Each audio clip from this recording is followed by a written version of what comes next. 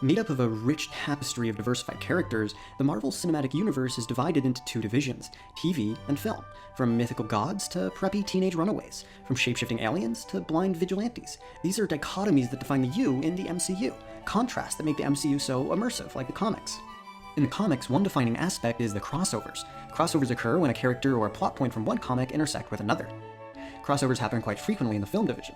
Every now and then, we get cameos from beloved characters and storylines from other franchise films. The same thing can be said for the TV side, specifically the Marvel Netflix shows. Cameos are common, and plot elements reoccur in between shows. However, it's not quite the same when it comes to film and TV crossovers. Crossovers between the two divisions are a rare thing. With the exception of the Nick Fury, Maria Hill, and Lady Sif cameos on Agents of S.H.I.E.L.D., there haven't been any TV-film crossovers on a truly impactful level. But why is this? In the span of 10 years, 20 films, and 12 TV shows, why haven't we seen Daredevil show up in any of the films? Especially when he has such a rich history of mingling with the likes of Captain America. Why can't the movies acknowledge significant world incidents that happen in Agents of S.H.I.E.L.D.? Well, there are a number of reasons, with the most cited one being story. Serialized TV is generally released on a weekly basis, while films are released months or years apart.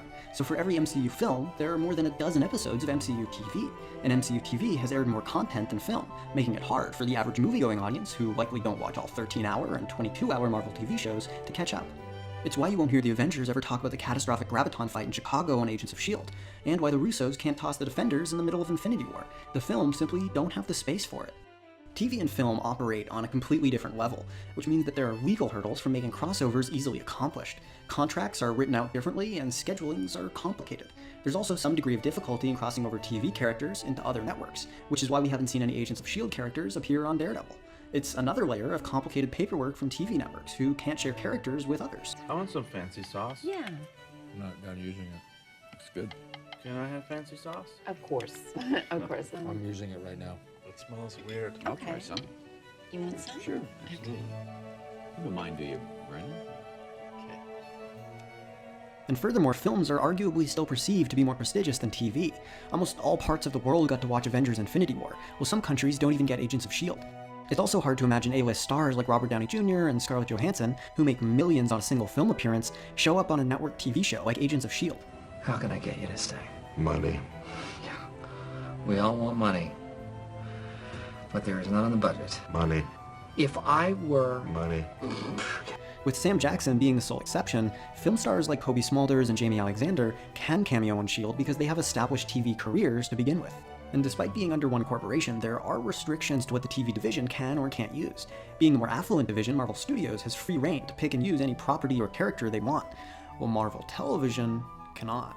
And take a look at Damage Control, a Marvel property that was being developed by Marvel TV as a sitcom.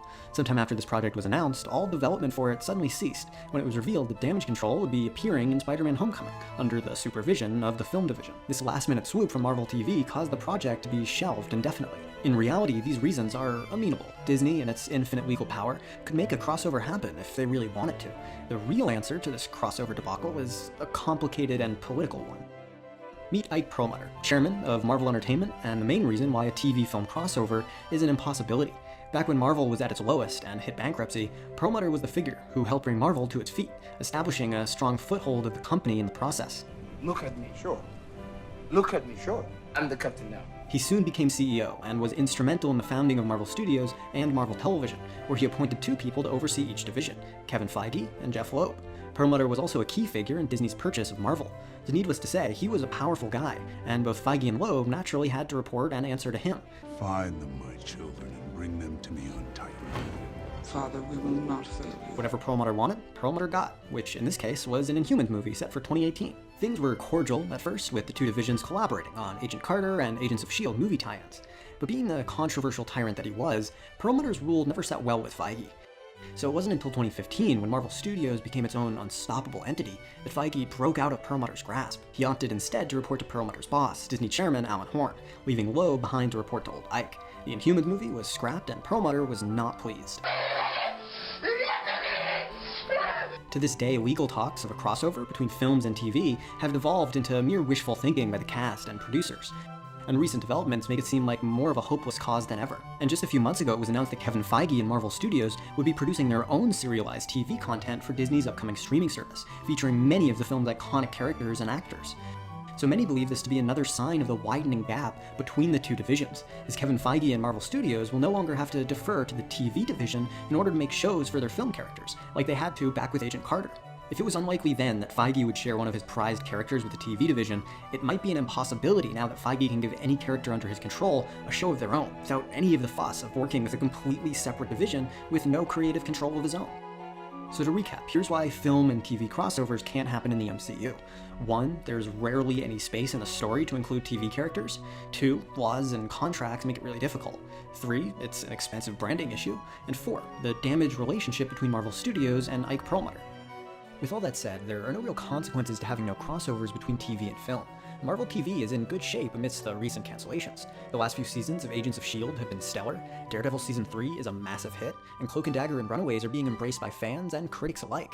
So with no pressure to tie into larger events, these stories on TV can continue to exist in their own bubble, giving us quality stories that aren't concerned with answering the films.